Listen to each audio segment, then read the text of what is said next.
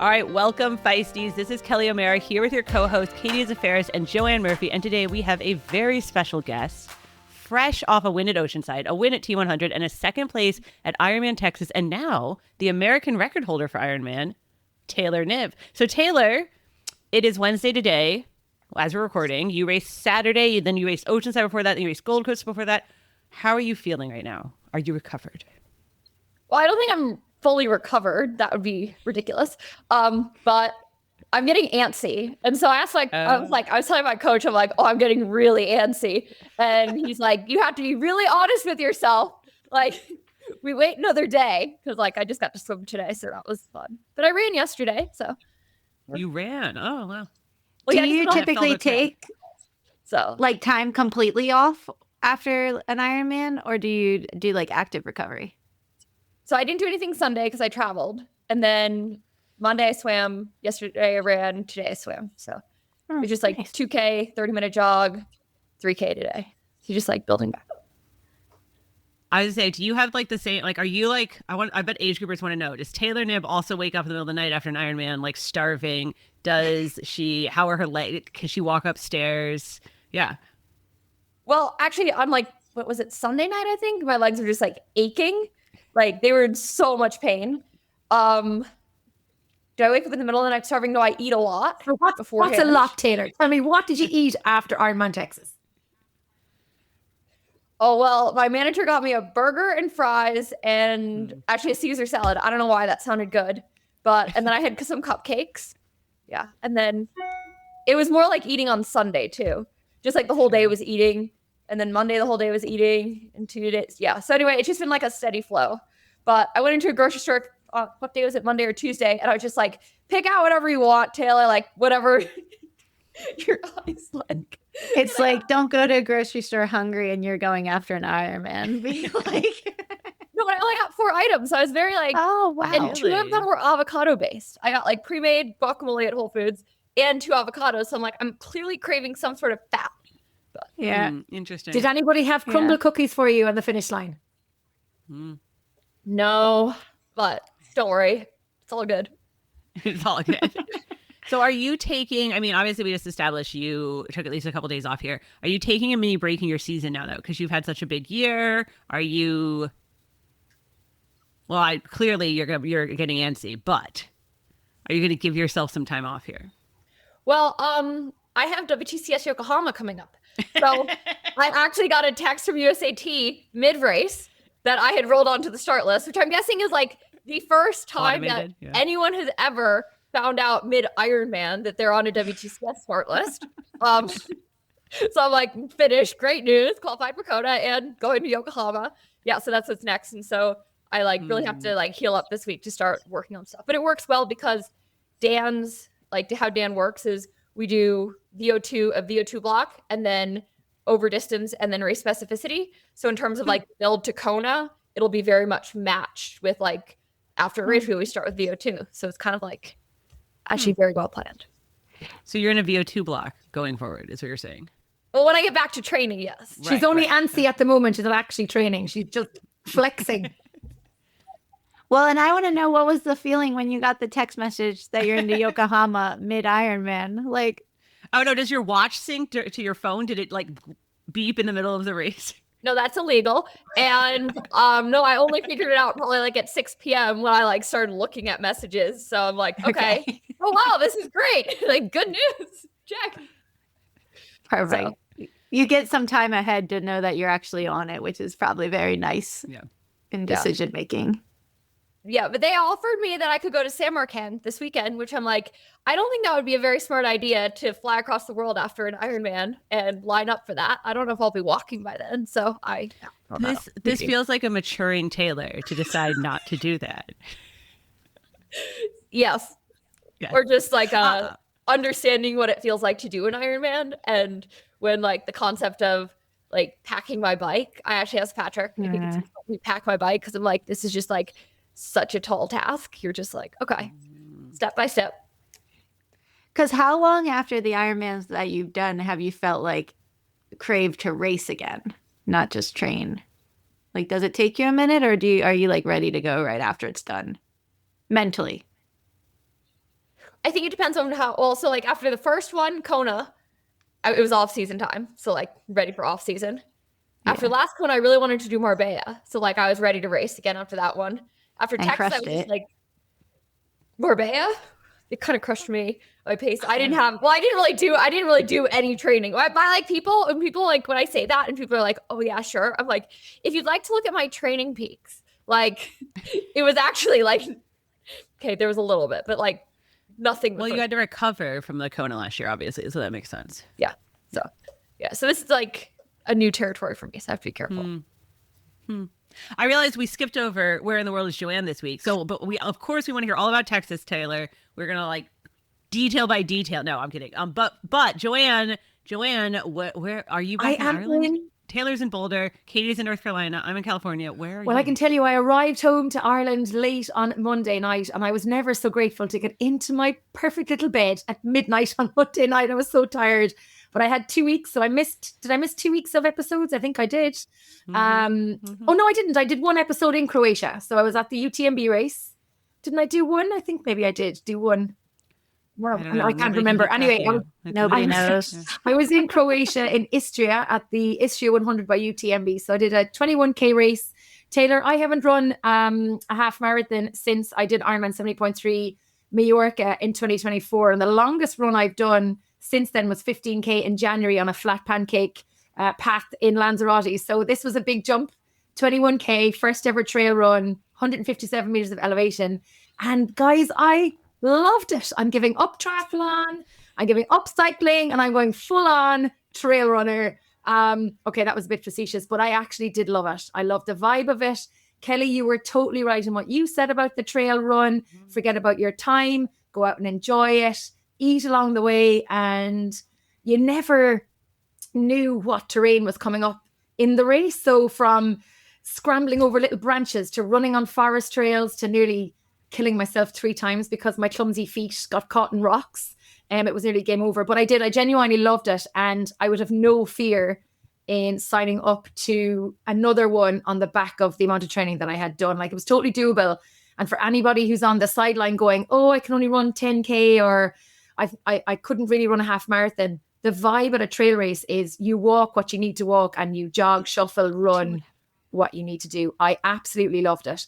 And then I went straight from Istria in Croatia to the Kavarna region to the 4 Islands Epic mountain bike race, which is the second stop on the global MTB series for the Epic series. So we were in Cape Town, South Africa in March, and Croatia in April. So I'm home now until Monday, and then I go to Italy on holidays for a couple of days. My mid-season break. But yeah, it was amazing. So you are all in on trail running's hot, guys. I know I keep telling you, trail running's big. Do you know what I'd say? And maybe Kelly and Taylor and Katie probably may or may not agree with me, but you know, they're pro athletes.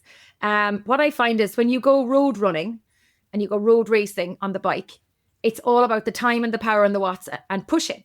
When you go out on the gravel bike, it's an adventure. It doesn't matter whether you're like going out to meet people. It's still just an adventure. I felt that way with the trail running. It was an adventure, and people were walking on the trails early on.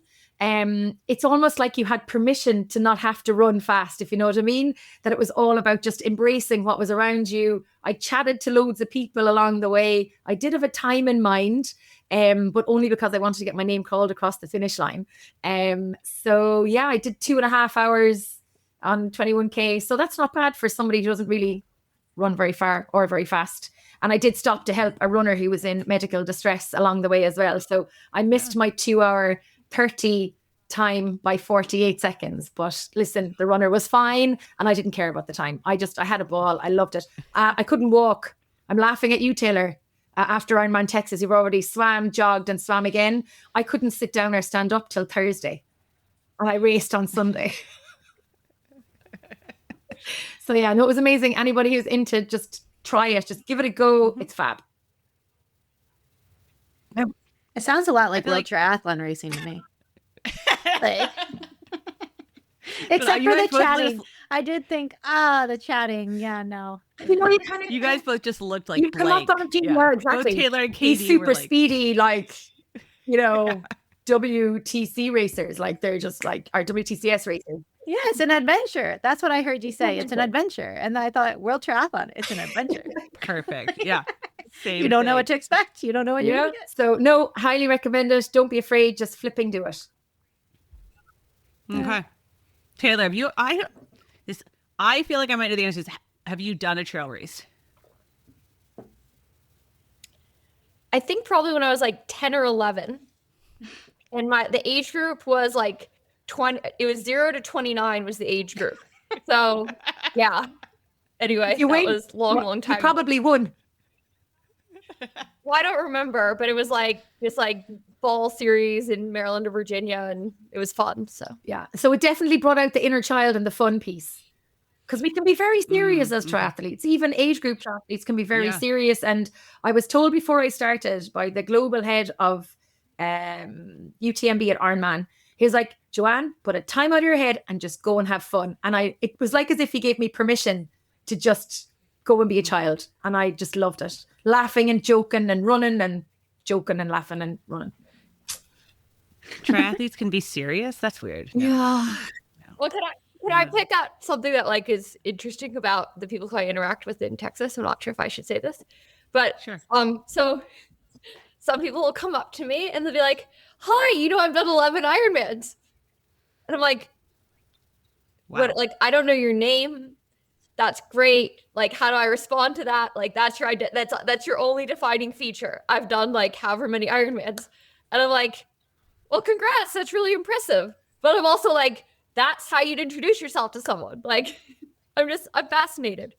What Maybe would be they're your trying to- introduction? Yeah, they're trying to bond with you, Taylor. They're like, we have this in common. We do iron. See, they're like trying to connect. They're with in you. awe of you. Yeah, So I've only done 2. So it's like, yeah, I can't really connect with 11, but it'd be like, You're like, I'm working my way there. Okay, I will say last week, I think I mistakenly said, Taylor, this was your 5th or 4th, but this was actually your 4th Ironman ever. I heard you say that even though it was at Ironman Texas, the same result as last year, technically it was 2nd both years, this one that you felt a lot better about. It was like a big run PR. So what made this 2nd place feel better than last year's 2nd place? I think it's all about how like I executed the day and also my expectations for the day and also the season. And I think like having been in Texas last year, and it's easy, you can trust someone, but then when you like live it, you experience it. And Dan was like, Taylor, like this isn't Kona, like just like you need to qualify and that's what you need to do. And then when I was in Kona, like halfway through the run when things were going okay, I was like, yeah, like he was right. Like this isn't Texas, wasn't Kona. And so like to see that improvement and be like, the whole goal of Texas is really to qualify and learn what I can about the distance, but it's not about like digging myself into a hole or anything like that. And also based on where I was coming from Kona, it was really important that I finished. So it was just like, I felt a lot more in control of my day because everyone's going to tell me what I'm doing wrong. Everyone's going to be telling me how I need to do something different.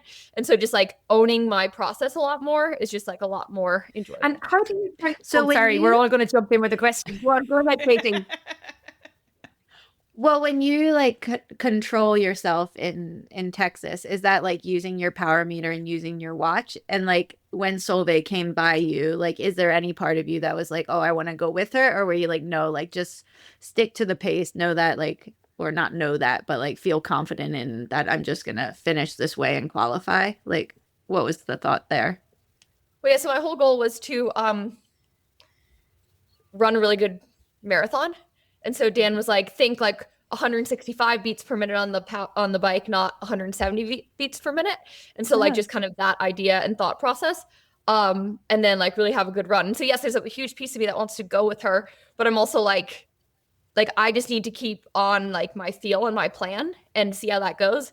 Because also in connecting like all my Ironmans, you had like a blow up my first Kona, but it was going really well into the last hour. And then Texas was just kind of like another blow up on the run. And then there was a major blow up on the run in Kona my 3rd time. So it's like, in order to like just like make progress, I need to take a step forward to be able to like make that bridge to like what you can do next. And sometimes you have to do that. Like it just, it's not always fun because yes, I love to race, but like in order to become better and like, because okay, can you imagine if we were sitting here and you wouldn't have invited me, but if I had like a repeat of Kona, like, and I had Taylor, been you sitting on are the side- always invited. Taylor, you can turn up But like, every if I'd week. been on the side of- no, but if I had been sitting on the side of the road, like that was just like, that couldn't Sure. happen. I couldn't play around with that. I couldn't risk that happening. And so just like staying a lot more in myself, and being secure in that plan, and like, I'm doing the best I can. And this is the goal of this race. And like, yes, of course I always want to win,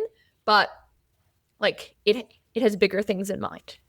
It's funny because I crashed once in like the Tokyo test event, and going into the world championship, my sports psychologist told me, Katie, let's just focus on getting around the course safely. And I was like, that is such a not aggressive way to like put that. But it made me think about it when you were just saying about the run. It's like, sometimes you just need to back off that like race intensity mindset to like do what you need to do. And also learn how that feels, and learn like how the last bit of the marathon can feel, and like learn to take care of myself, and learn to like listen to your body. Cause I think that's a lot of it, is like less having a super rigid plan and more like, how do you set yourself up for success? And then if things might be taking the wrong turn, how do you interpret that and adapt to that? Like, how do you back off so then you don't blow up? How do you like slow in an aid station to make sure you get everything you need? Like, it's just a lot of things. That's actually what Paula Newby Fraser told me. She's like, Taylor, regardless, you always have to take care of yourself. There's no point in having That's a good way to put it. Yes. Yeah. So what have you, so now that you've successfully completed whatever you ran, a 250 or something marathon, what did you feel? 254. There you go. And however many seconds. Do you feel good about that? And what do you feel like you've learned then through this progression? Okay, well, I'm thrilled about that, because that's like a major jump. Good. I'm glad you're thrilled. I'm good. Yes, I think the biggest disappointment in the day, honestly, is my swim. Like, I should have come out of the swim 3 minutes faster, which then all of a sudden the race is down to 40 seconds, not 3 minutes. And that's just in my swim. And people aren't looking at that. People are talking about my bike time, and people are talking about the run. And I'm like, hey, actually, you guys, there's a lot of low hanging fruit, right? In terms of like the swim. And oh my God, that swim's a little bit of a mess, but there's also, and you also don't know, like in terms of the dynamics of the race, I was playing it very safe also on the second lap of the bike, just because of age groupers. And can I be honest about something I did, which is maybe a little bit aggressive? No, Taylor, are you ever honest? I don't know. I love how she's asking for permission. Well, so like some people would be like blocking, and I'd be like, on your left, like passing. And some guys, I'm like blue zoot guy, move over, like try to like things. And so like for the people who weren't moving over, when I finally like could get up to them safely, I'd like slow a little bit, and I'd like just look over at them. And I'd be like, I was talking to you. You need to get out of the way. But I'm like, no one thinks it's them, and they're like just oblivious. And I'm like, oh geez. And I thought, maybe that's a little aggressive, but at the same time, it's a little aggressive. Like, yeah. they need to. It's not like some people I also pass, and they're like just sitting behind each other. And I'm like, you're cheating. Stop drafting. And like maybe it's also interesting how aware of this you are. Like, yeah, I'm like, what about being you're focused on racing? your... I feel like Taylor has a career as a technical official if she ever decides to retire as a pro triathlete. Yeah. Oh my God, I'd be a savage technical official, because I would have also read every single rule in the rule book. And so then it would be like the minor details. So yes. Yeah, you would actually be brutal. Wait, Texas is a 3-lap or a 2-lap or a 4-lap? How many laps is it on the bike? 2. So you start like hitting the age groupers. And we were in the like far 2 lanes, and then the motorbikes were on the other side. So the issue was heading out to the airport or Houston, wherever we were going. Like, so the first half of the second lap, the motorbike was to my right. And so the age groupers would all turn and look at the motorbike, like excited to be on camera. And then they're like veering into me. And I'm like, whoa.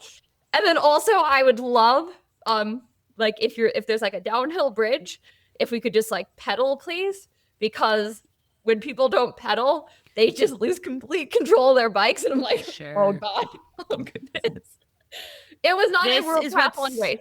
This was not a World WTCS race at all. This is what's different from WTCS racing, right? Is that like, this is a mass participation sport. You do not have a blue carpet. You have to deal with all the different things, Yeah, there's a red carpet though, but that's only at the finish line. I mean, it's not. anywhere before. All right. So you felt good about the run. You feel like you've learned all these things through your Ironmans. I did also hear Solveig say that she does not like leading the race. Like when she took a sober lead, she's like kind of stressed about it. Do you like, but you led a good portion. Do you feel that same way, or do you like leading? Oh, I enjoy leading, but like I'm comfortable out there. But yeah, just is what it is. It's also like how you're in control, I would say. So like if you're in the lead and you know that like you're prey and people are hunting you down, that can be like because I think it got harder for her near the end. And so she felt under stress. She told me that like she felt like very under stress the whole time. And so like that's a really tough way to lead. But similarly, you can just that's what you put on yourself. Makes sense. What do you find like? I mean, it feels like your thoughts just kind of like flow like throughout an Ironman. Like it doesn't seem like any different than like the Taylor that I know over the years. But like, do you struggle with like the length mentally, or are you just kind of like able? Like, I always thought that was something I would struggle with Ironman is just the amount of time you're out there compared to like World Triathlon racing. Like, do you need to like change your mindset at all, or is it just like you're just good at like being in that moment for the whole like time that you're out on the course? Oh, I love it. I mean, that's more like natural for me than like the World Triathlon mindset, I guess. Because I'm like, I prefer to just have my space and I can be out there versus like when like you have like other women clawing over you and you're like, this just isn't necessary. So yes, I would. I don't love like that kind of like contact, but anyway, that's Interesting. What else is different about because you've done a T100 race already this year, you've done a 70.3, you've done an Ironman, now you're getting ready for WTCS. So obviously the mentality is different. What else is different kind of jumping between them? Do you change your training very much? Well, I will. So like for Gold Coast and 7.3 Oceanside, it was a lot of training for Texas. So that was kind of like with it in mind, just for the durability of the marathon more so, because you don't want to get injured from that. But then yes, I'm assuming my training will shift back once I go to short course. So it's not that different, but it's a little bit different. And which do you prefer, Taylor? Do you prefer the long sessions versus the short, sharp sessions that you need for the shorter racing? You mentioned there that Oceanside and T100 were kind of building towards Texas. So which do you prefer in terms of training, short or long stuff? I actually think that the interesting thing is so I probably do a similar volume. I probably do about 30 hours a week, whether I'm training for short course or long course. It's just kind of how the sessions are distributed and what the race specificity is. And so, for example, if I have like a Sunday long run that like in Texas, it got up to 32K and it had like a lot of Ironman prep. And then I had like a 3-hour long ride on it after it. I might only have like an hour 40 long run for short course. And it might be easy because I had a hard session the day before. And so like the amount of duration is similar, just like where the intensity is. And then I might have like a 4-hour ride after. So it's still like I respond really well to volume. And so that's just how it is for me. But I probably did longer rides going into Paris than I did for Kona, which is kind of interesting. Yes. Well, That is interesting. I think that would surprise a lot of like the listeners. But yeah, because I think I did like a few 5-hour rides going into Paris, just like easy endurance versus like into Kona. I was like, my longest ride going into Kona was 4 hours and 32 minutes. And then my ride time was actually shorter than that. And because I was like waiting, I was like, when do I get my like 5.5, 6-hour rides? Like, when do I get to do the real Ironman training? And Dan's like, oh, like, no, like, this is good. You won't be out there longer on race day. So like, we might let you get Why did Katie you do doing an Ironman then, because she doesn't want to be doing the long bike sessions. That was my There you go. excuse until today. No. Yeah. Yeah. Yep. But I think like that challenge is a lot of what people think in terms of the balance of short course and long course. And so I guess, do you find the training challenging to do like when you're doing all three, when you're doing World Triathlon Championship Series, T100, 70 more than 70.3 and Ironman, like, is that hard? The thing that I always think about is like knowing when to be on the TT bike versus the road bike. But yeah, how do you find it? Well, so actually that was one thing I learned last year. It's funny what you learn, so when I was like doing kind of the mix, and then I went just to like middle distance and long distance last year, I learned a lot because first of all, I went like on my TT bike a lot. And within 2 weeks, I locked up immensely and so when I locked up, I mean like my lats actually got really tight. And then my swimming went to shit because I was just like so tight. And so it's like something that you wouldn't think about. But like I was taking, when I normally take like 17 strokes and short course meters, I was taking 19 to 20. And so then it's like, okay, like how do you, it was like more like being on my TT bike more doesn't make me better at it. It actually just hurts my swim. So then it's like, okay, what sessions, like I'll look at the week, I ride about 5 days and because I don't ride on my easy days. And it's like, which days do I need to be on which bike? And so it's like a really kind of easy decision, but like I think everyone thinks like, oh, like so much time in position, but that's not, it would be like, oh, I need to get faster at running race pace, so I should run race pace every single day.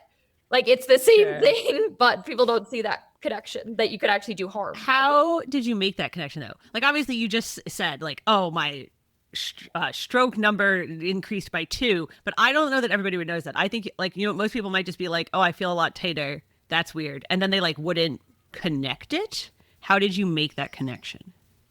Well, like I kind of do a check-in at like starts of every single session I do. Like when I get in the water, it's very much like, and I'll go blind a little bit. Like I'll count my strokes and I'll kind of see what I am. Like if we do a 400 or 600 start, like, and I just go like easy. What is my easy pace when I'm not looking at the clock? Like kind of, that's like a very good check-in. And similarly, like when I'll like start an interval or something like that, I'll be like aiming for the pace. And then 20 seconds in, I'll check to see like to calibrate for the day, but you just kind of see how I'm doing. And so then you just like, I feel like you inherently know how you should feel. And so then you can have like check-ins and stuff like that of like, okay, am I doing too much? Anyway, yeah, it was just like, but I'm very sensitive in that kind of way. Cause like when things are working well, I don't like to touch them, but like I'm very protective. Do you love the analytical side of what you do?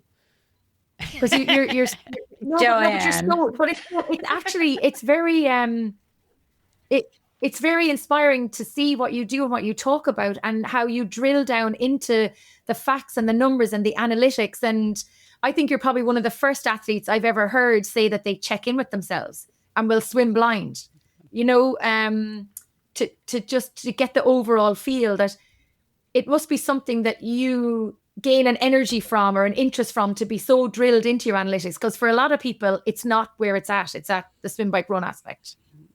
No, she was just describing that and I was like, that sounds terrible. But I love it as a check-in to like really, like it's really a calibration of my feel. Yeah. And it's like, I think I'm doing it right. And like, am I? And then the more you do that, the more confidence you develop, such that then you like need fewer check-ins and stuff like that. Like I didn't look at my watch a lot during the race, and that's like the goal. That's the ideal thing. And so if like I didn't have a power meter, I didn't have a watch, that you'd be able to do that. And that's like, but you have to like build that and learn that and develop that feel. And to do that quicker versus trial and error. Cause like you could go race 30 Ironmans and develop that feel, but you could also like use numbers and data and like it's more feedback than anything else. So I think it's not like. And you race by heart rate, but is that typically how you train as well? No, I train by power. And actually I race more by RPE, which at first when Dan told me that, I was like, are you kidding me? Like, can you give me a power number, please? And then last year before Kona, he like gave me power numbers. And I'm like, okay, Dan, I'm really sorry to ask you this, but could you please give me the RPE? Like, he's like, I made it. We've done it. Well, because I think with the RPE, and then but with the RPE, he'll calibrate it to certain numbers so that I'll also know the difference. Because if he's like, I want you like a 7 out of 10 for this, but then an 8 out of 10 for this. And I'm like, okay, what's kind of the power difference? Because if I'm feeling better on the day, then you go better. And if you're not feeling as good, you still listen to that and you like work off the signals. Because like for a race like Dubai, I'd say that was super hot. And so you just can't go as hard. And that was so RPE based. And I was like my I guess mantra going through that race was like, just like, you're doing the best you can. Like you just have to believe that that's going to get you to the finish line fastest. It's a bit of a mouthful, but like a long ride out there.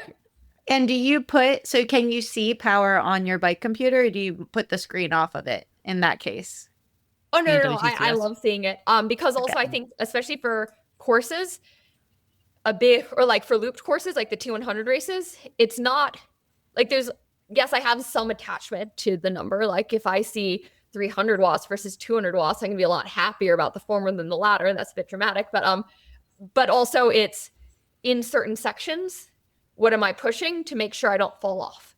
So it's also like, okay, like this section, or like in this lap, my average power for the lap was about this. So like, just make sure you don't fall off. Cause I think that's the bigger thing in the T100 races, in World Triathlon races also, like there's a fall off naturally. And so if you can avoid that, you'll move up a lot of places. Well, because it's interesting, because you were like, I think it was Yokohama years ago now. And I don't know, you used your power meter in Yokohama, I'm pretty sure. Like, is that true or not untrue? Oh yeah, I always have my power meter. But I mean, like, it felt like you were riding by power in a world triathlon race, which to me felt like normally when I think of world triathlon racing, I'm thinking like I'm riding to the race, like as it is, and my power is just kind of going to be what it is. And it was like one of those times, like, whoa, she's like, you were in, I feel like you were in so controlled. I think this was when you had like Maya in a breakaway for a bit. And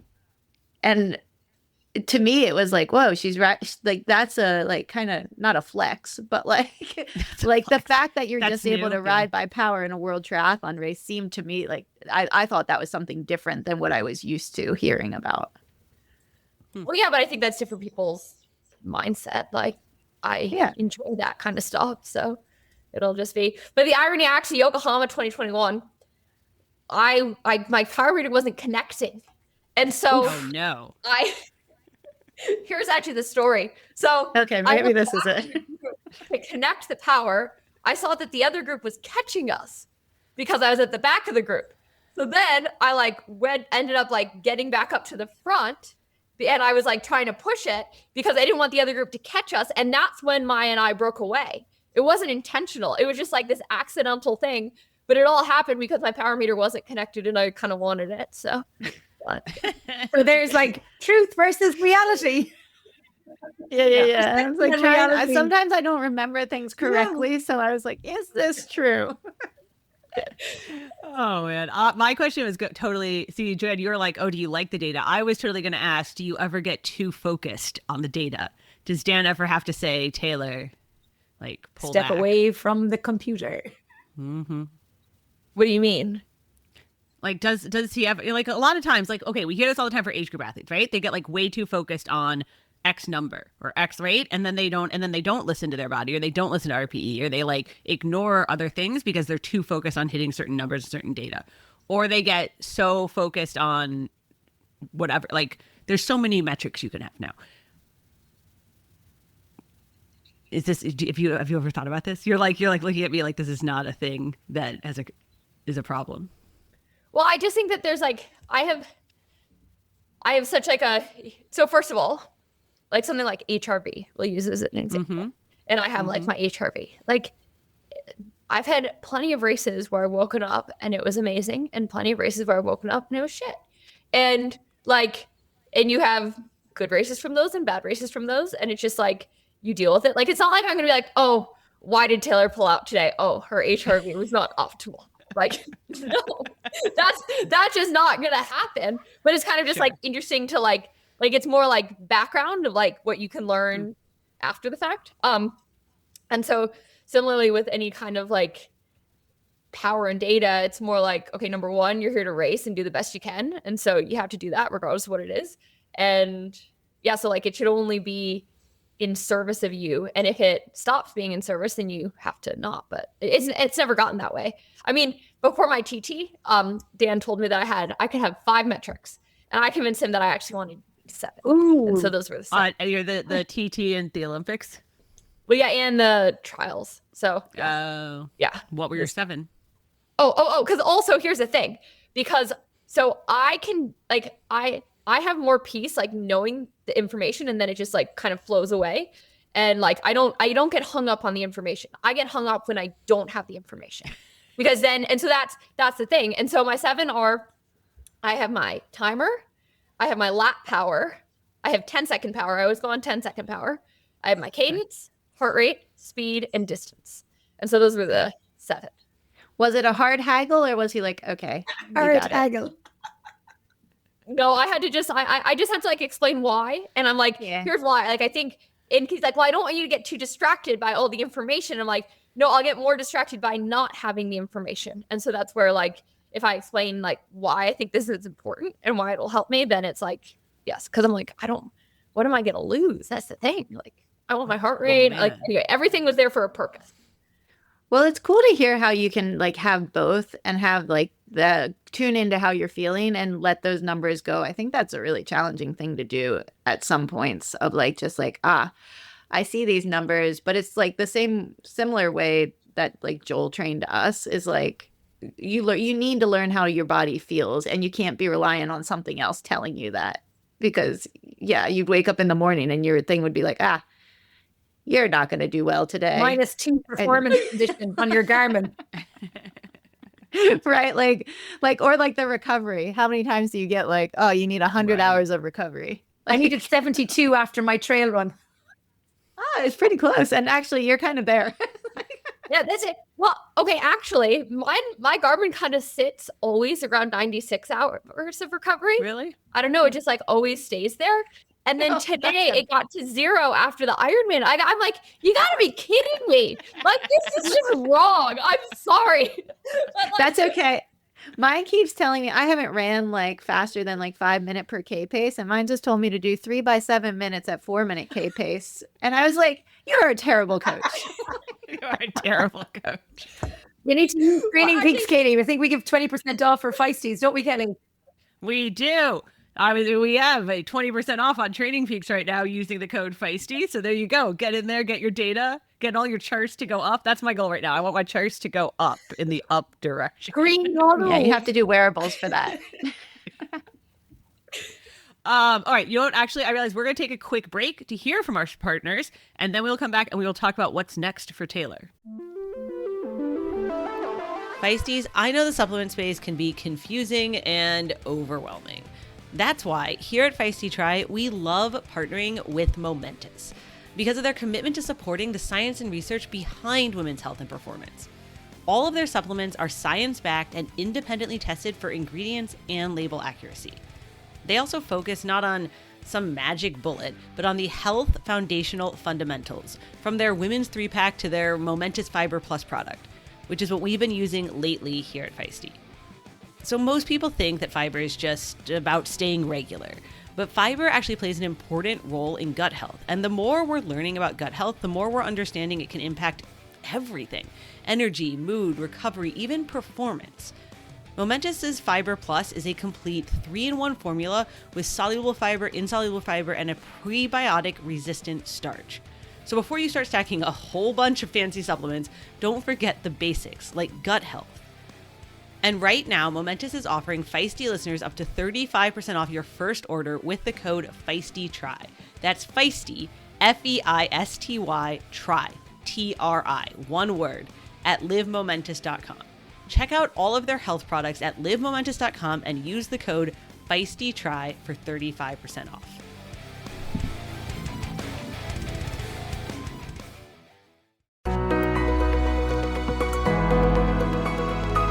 Meet your new Race Day Advantage, Orca's Athlex Aero Tri-Suit.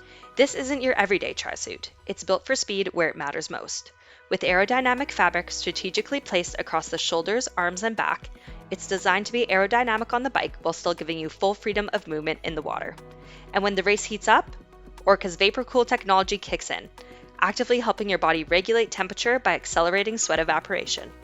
You also get a lightweight, quick-drying Tri-Tech chamois for comfort on the bike without feeling bulky on the run, and 2 back pockets to stash your nutrition for those longer efforts. The fit is compressive, race-ready, and built for performance.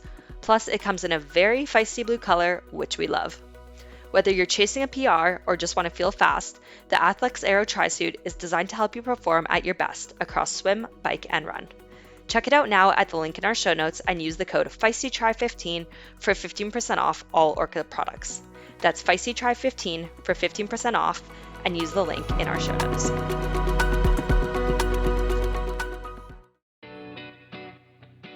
Let's face it, as much as most of us love being outdoors, sometimes the outdoors doesn't love us. Like when it's 10 degrees below or pouring rain, or sometimes you've got a workout on tap that's just hard to do outdoors. Well, great news. We have partnered with Wahoo to offer you a special deal on the Wahoo Kicker Run, a revolutionary rethink of the traditional treadmill that will convert even the most diehard treadmill haters. I know because I was one. The Kicker Run is engineered to bring outdoor running straight into your home. With a push of a button, you can set up this machine to match your pace automatically, so you can just run, and it automatically adjusts with you instead of the other way around. By far, my favorite feature. It also has terrain simulation, so the deck feels like I'm on hard-packed trails with just enough give but no bounce. There's even a lateral tilt feature which mimics real-world terrain, varying the side-to-side angle to keep your muscles ready for outdoor running.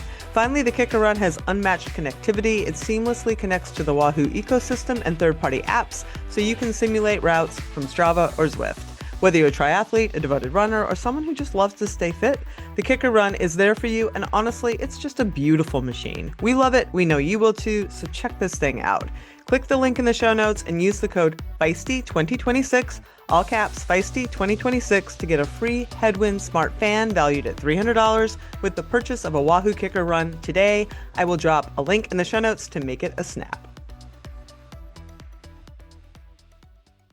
All right, Taylor, you kind of mentioned, you talked to Dan, you say, I want 7 data points. He says 5, and then you go back and forth. One of the questions we had was, how do you decide on like, oh, I should do, which race is coming? Yokohama? Is that what's coming up? Or I shouldn't do Samarkand this weekend. Do you go to your team? Do you guys have a whole discussion? Like, what factors into making all these decisions? Well, so I have like an outline for my year of like what I will hopefully do. And that was kind of determined at the beginning of the year. Like, it's like, okay, I want to race Kona and I want to race 70.3 Worlds. And how do I qualify? So you put Oceanside and Texas in there. And then I also want to get points for short course again. So then like what fits well? And thinking about like flights, travel, timing, etc. And also like protecting training blocks around Kona and Nice.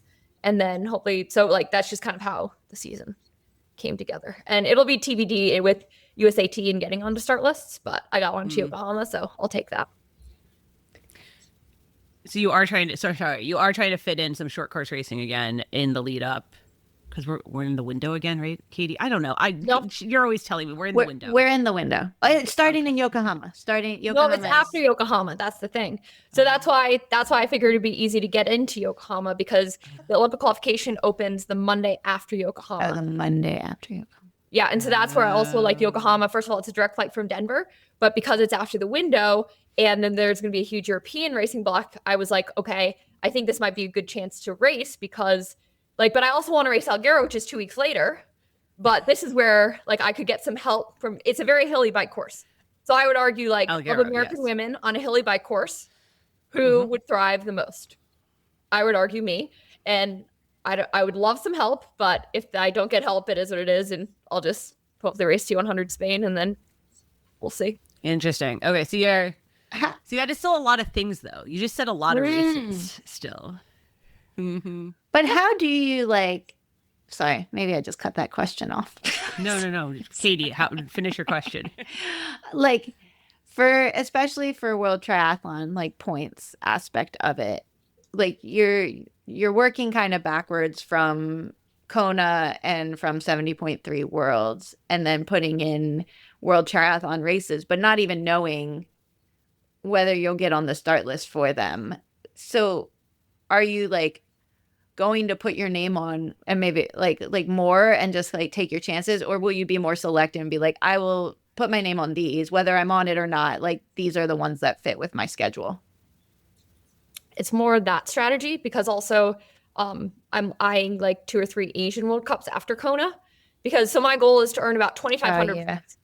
So if I earn 2,500 points this year, I feel like I'll be in a good place, like based on the rankings.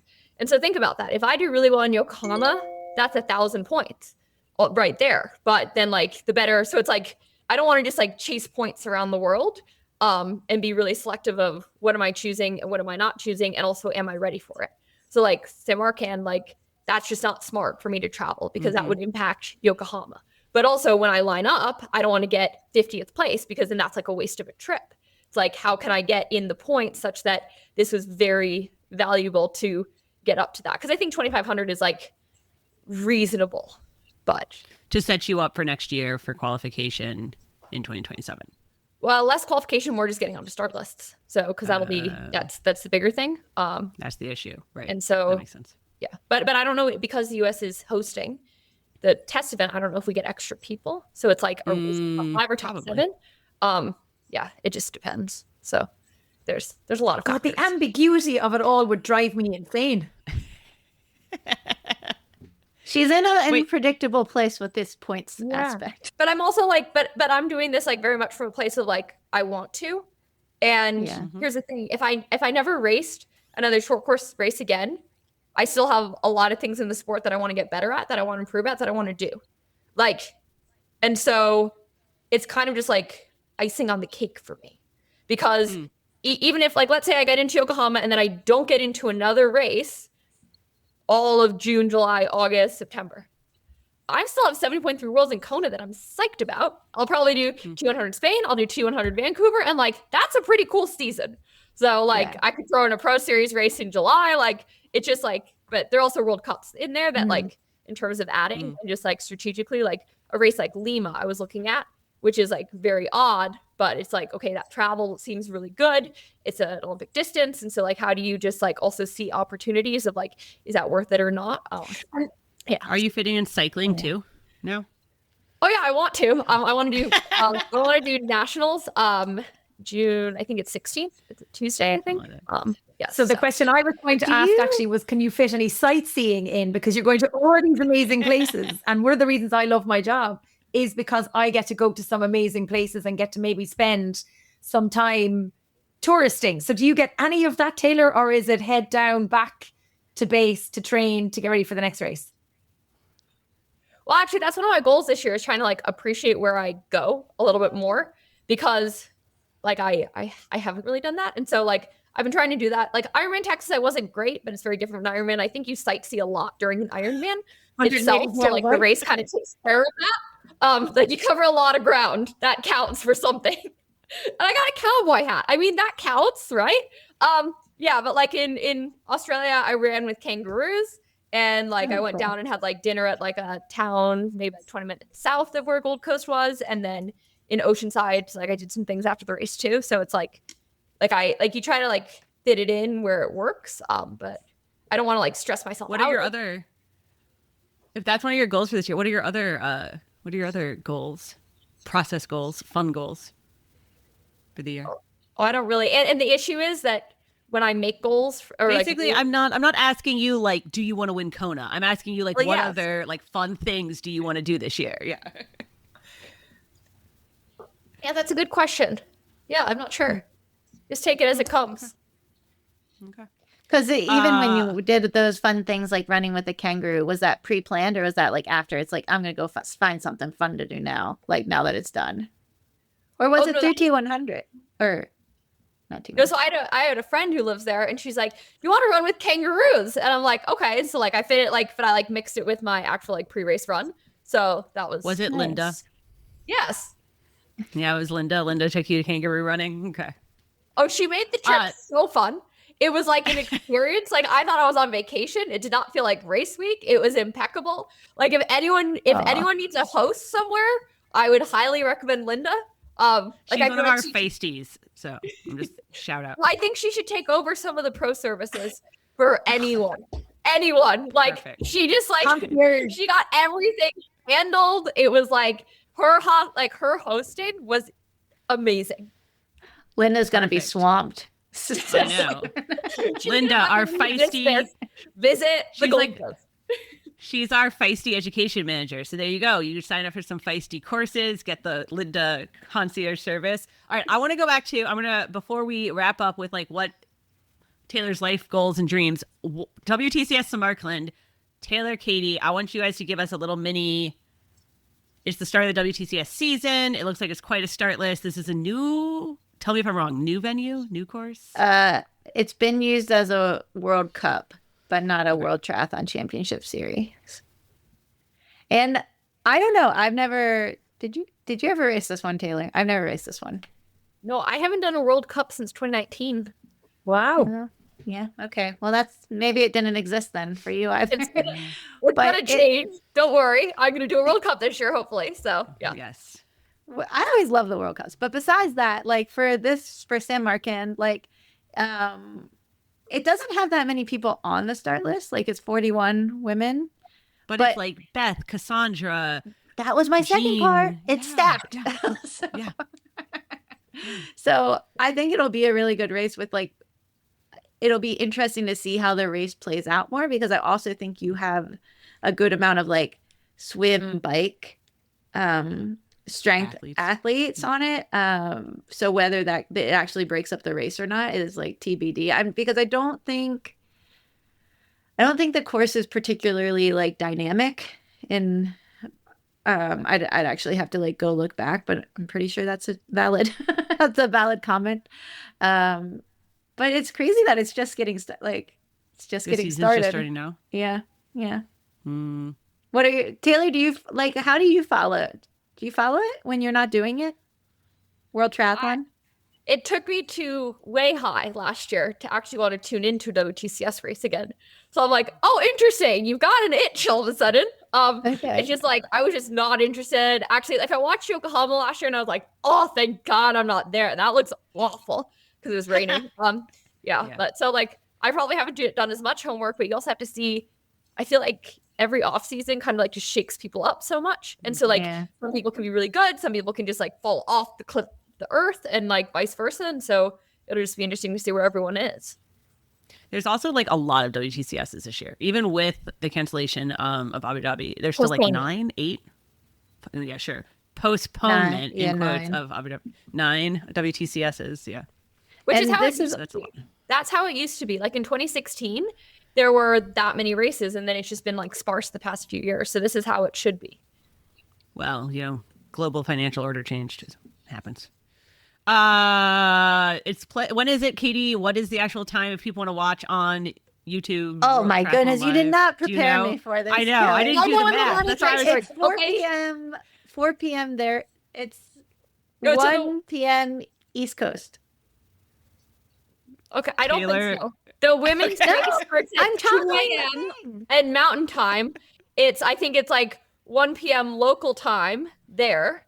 And yes, 1 p.m. local time there. You are correct. So that's 4 a.m. Eastern U.S. 2 Okay, a.m. yep. And then I think the men's race starts at 4 p.m., so 3 hours later.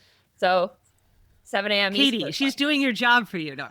Honestly, I'm like on the site, like toggling the thing. And when you're not sure, it says my time or local. And I'm like, which one is me right now? Oh man. But yeah. Well, like I said, I've had a few like failures of time trying to figure out the time change. Also, it's a Para Cup too in San Martin as well this weekend. So tune into that as well. Sweet. And to wrap up, I was going to say, we have a bunch of questions. Taylor, one of my questions was going to be, how do you keep it fun with all these different things and all this? But it seems like you're still having fun. Oh, I think I keep it fun because of that. Because it's like there's less attachment to things, and I only need to focus on things for like 3 weeks. It's like, oh, like now I'm going to focus on Yokohama. Like I haven't been thinking about short course for a long time. And so, yeah, there's a lot less pressure because like I feel like I'm coming from a very strong place of like why I'm doing things and what I want to do versus like, oh, I have to. Because I think I did short course a long time because I was like, well, you have to nail short course in order to move on to long course. And then I was like, okay, wait, why did you think that? That's just wrong. So, but it's funny because like when I first look at everything you're doing, I was like, gosh, it must be like a lot to balance. But it actually feels like it balances you. Now you come around, you like listen to her, and you're like, oh, okay. Well, no, because like when you look at it, it's just you don't see that many other athletes doing it, and not to like make a big jump in terms of like thinking of like in terms of like athletes coming back after pregnancy, like you just didn't see very many women doing it. Now you see a lot more. And jumping to like what I'm thinking about with Taylor is the fact that like you're seeing a lot more athletes do a lot more crossing of the short course, long course, whatever they want to do. Like they're making it work rather than, I do think like Taylor was saying, you felt like, oh, I have to do short course, then I do long course. Then like there's like this progression that doesn't really exist. But this thing is I could go to Yokohama and get absolutely destroyed. And then you're like, well, yeah, actually that's the thing. Like, it's just how it works. But at the same time, I think, so there's like the physiological component, but I'm more curious about the psychological component. Cause like a huge strategy on my race day of Dan's like, the goal or like the theme of today is stay patient. And can you imagine, Katie, if you're telling any of your athletes lining up for a short course race, okay, the race plan is stay patient. Like, it's like, no, you have to go from the gun. And so also I don't like, so as physiologically tough it is to like balance, I wonder if like the psychological flexibility of being able to like kind of like let a race happen in long course versus like be on it in short course and like go between the two. That's what like I'm more like, because I could come out last in the swim and it'll be like, oh, I guess she just wasn't ready to fight today. Or she's just doing a T100, a Gold Coast 30.3 and Ironman Texas. Let's give the girl a break. Let's give her another hamburger and a Caesar salad and a few avocados. It's more, I think, the mentality of like being able to deal with the actual like, physical fighting in it. Because like I know I know who I swim with. I know I'm fast enough. It's just like, will I be able to put up with people clobbering me? But we talk about that with our athletes here all the time. Our athletes with OXO are more like in their beginning stages of their professional careers and just getting started in World Triathlon. And I'm like, at some point, you're not swimming. You're just being comfortable, being uncomfortable for like an entire like 750 or like 1500 plus. And like, you just have to hold your space and like stay in it. So yeah. Oh no, Katie disappeared. I do think like to your point, it's like she's holding her that's like kind of, it is challenging. We lost you for a second, Quinn. Oh, Katie, we lost you for a second, but then you came back. But then I was just gonna wrap it up without you. But you can still wrap it up. Anyway, we are getting to the end of our time. Taylor is a very busy person, and she's very. I know you're looking at the clock because you got 3 minutes. So to finish it up, tell us, Taylor, what are you most excited about this year so far that you've done and looking forward? I'm excited that like I've been enjoying racing a lot. And I'm excited to like go into a little short course block. We'll see. Yeah. I think also some of my training partners are very excited because like nearing the end of the Texas block, people are like, oh, this Ironman training is getting a little rough. And there's like significant others who, we could use that. But I'm like, it's just like a different kind of, So it's, I think I almost like for the break physically and mentally, it'll be interesting. And then I'm really excited for Kona this year because I think it'll be fun on both sides, men and women. Can I sneak in one more question? Maybe if you can wrap it up in 90 seconds. Okay. Are your training partners the same are they doing the same as you for long course and short course? Like they're on the Taylor plan? Is that? Well, yeah, in the pool. Yes. Okay. In the pool. Yeah. Got it. All right. Wrap it up. Wrap it up. All right. Thank you for joining us, Taylor, in your recovery week here, and good luck with the transition. And I know we're all going to be cheering you on. So. Well, thank you, and good luck with all your upcoming travels and races and everything.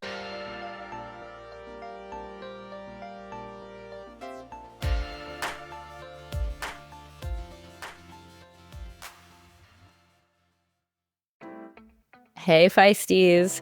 Feisty CEO Sarah Gross here, interrupting your podcast to tell you about the new event we launched in 2026. It is the biggest event we've ever had at Feisty, and we are excited to bring everyone together in one place. If you've been around for a while, you know we've done a lot of events over the years. Conferences, retreats, live podcasts, group runs and rides, and for a while now, we've been dreaming of something bigger. Of one event that brings all our communities together. A weekend free from judgment, full of science-backed health information and fun activities. And most importantly, completely free from the chaos of the outside world. That weekend is here. Feisty Fest is coming to the east coast of the US, September 18th to 20th, 2026 in Lehigh Valley, Pennsylvania. It's 3 days of doing the sports you love, experts who give you straight answers about your body, and a community of women who move because it's who we are. No weight talk, no influencer culture, no one needing anything from you. Just 3 days of being completely, unapologetically yourself. This is our first ever East Coast event, and I cannot wait to meet you all there. And the first 100 women to register get a free Feisty Fest crew neck sweatshirt with a custom design by artist Lisa Congdon. It's really nice, so y'all should jump on that. They're going fast. Head over to feisty.co/events to grab your spot. The link will be in the show notes. Come get a little feisty. I'll see you in September.